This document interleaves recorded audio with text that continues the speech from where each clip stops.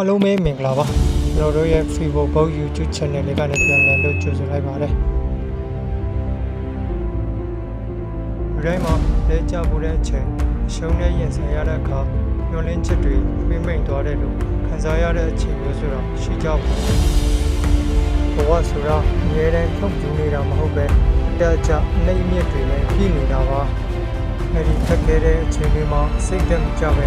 ဆက်လျှောက်လန်းနိုင်ဖို့ကအရေးကြီးဆုံးဖြစ်ပါတယ်။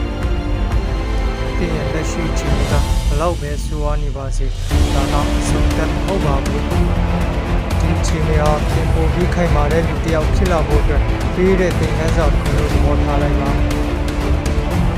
ဒီလိုကြားတဲ့အခါရှုံးကိုလက်ခံပြီးပြန်ထားဖို့လိုပါတယ်။